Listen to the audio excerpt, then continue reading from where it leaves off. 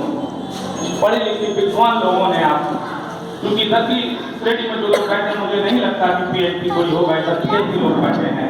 अगर ये कह रहे हैं तो फिर शंका सुबह का कोई काम रह नहीं जाता, जो बात होगी वो सत्य ही होगी। अगर आपने इतना मान लिया तो काम बन जाता है। अब समझना ये है, कुछ घटनाओं को आपको समझना होगा, और घटनाओं के तहत ही आपको ये समझ में आएगा कि आपके दुश्मन कौन है और दोस्त कौन है। क्योंकि इस देश में कांग्रेस को बने काफी जमाना हो गया, और आजादी की लड़ाई कांग्रेस के बैनर तले गांधी जी डंडी लेके चलते थे, ऐसे लड़ी गई थी। और कभी 1925 में RSS ब्राह्मणों के द्वारा एक संगठन की नींव रखी गई। 1925 में ब्राह्मणों के द्वारा RSS की नींव रखी गई। 1947 में ये देश आजाद हुआ। 47 और 25 में 22 साल का अंतर आता है। इस 22 साल के अंदर RSS का एक भी व्यक्ति आजादी के संघर्ष में ना जेल गया और ना शहीद हुआ। इस चीज से अंदाजा लगा। आखिर RSS बनाया किस लिए था, चीज का आपको अंदाजा लगाना, ये सवाल छोड़ रहा हूं। आप गूगल पर सर्च कर लेना, किताबें खरीदने की जरूरत नहीं है, आपके सामने आ जाएगा।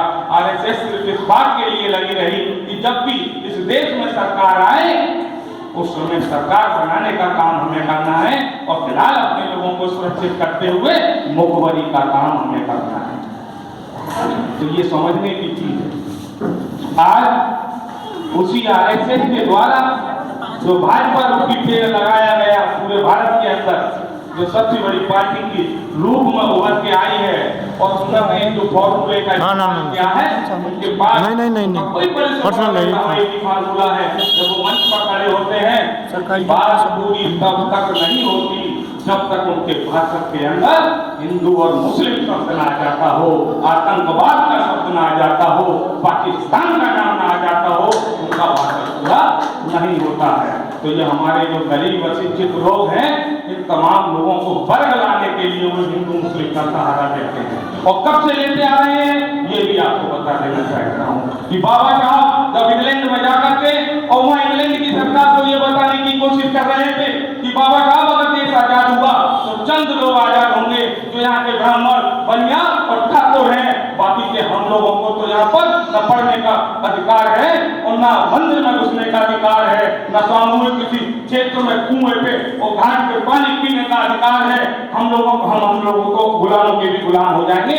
और आपने तब भी हमें पढ़ने का अधिकार दिया है, अपनी सेना में हमारे सैनिक भर्ती किए हैं, और तमाम जगह हमारे लोगों को जो अछूत काम कहते हैं ये पंडित, उनको नौकरी देने की काम, अपने पास बैठाने का काम किया है। लेकिन इन लोगों के हाथ में बर्बाद हो गई, और मेरे लोग तो जानवरों से भी ज्यादा बुरी जिंदगी बिताने का काम करेंगे। तो मेरी बात, उनकी बात को गंभीरता से इंग्लैंड की सरकार ने सुनने का काम किया, और इंग्लैंड सरकार ने सुनने के बाद साइमन कमीशन के नाम से एक कमीशन इस भारत के अंदर भेजने का काम किया। लेकिन पाखंडी RSS के और कांग्रेस के लोगों ने साइमन कमीशन का पूरे भारत के अंदर पुरजोर विरोध किया। और शहीद आजम भगत सिंह की फिल्म में आप देख सकते हैं, जोर जोर से ये लोग नारे लगाते हैं, साइमन कमीशन गो गो, साइमन कमीशन वापस जाओ। क्या था साइमन कमीशन, ये समझने की जरूरत है। वो साइमन कमीशन हम लोगों की जांच करने आया था हिंदुस्तान के अंदर, हिंदुस्तान के अंदर हिंदू और मुस्लिम के अलावा तीसरी ऐसी कौन सी कम्युनिटी है जो जानवर की तरह रहती है। बाबा साहब भीमराव अम्बेडकर इस बात को कहते हैं, उस चीज की जांच करने आया था। और ये RSS कांग्रेस के लोग नहीं चाहते थे कि ये इंग्लैंड सरकार का साइमन कमीशन इस चीज की जांच करते जाए, क्योंकि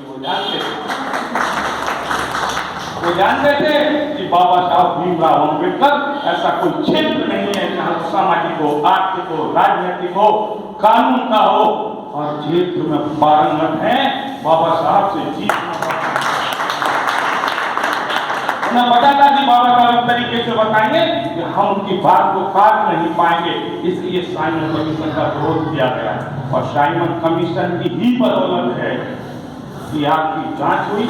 जो श्री नाइक जी ने बताया था, इस देश में कुछ लोग SC आए, कुछ लोग BC आए, जो लोगों के पास धन ना था, शक्ति ना थी, सम्मान ना था, कुछ ना था, ऐसे लोगों को बाबा साहब ने जब संविधान बनाने का मौका मिला तो SC, BC और अल्पसंख्यक करके इस तरीके से रखने का काम, क्योंकि बात बहुत लंबी हो जाती है, तमाम वक्ता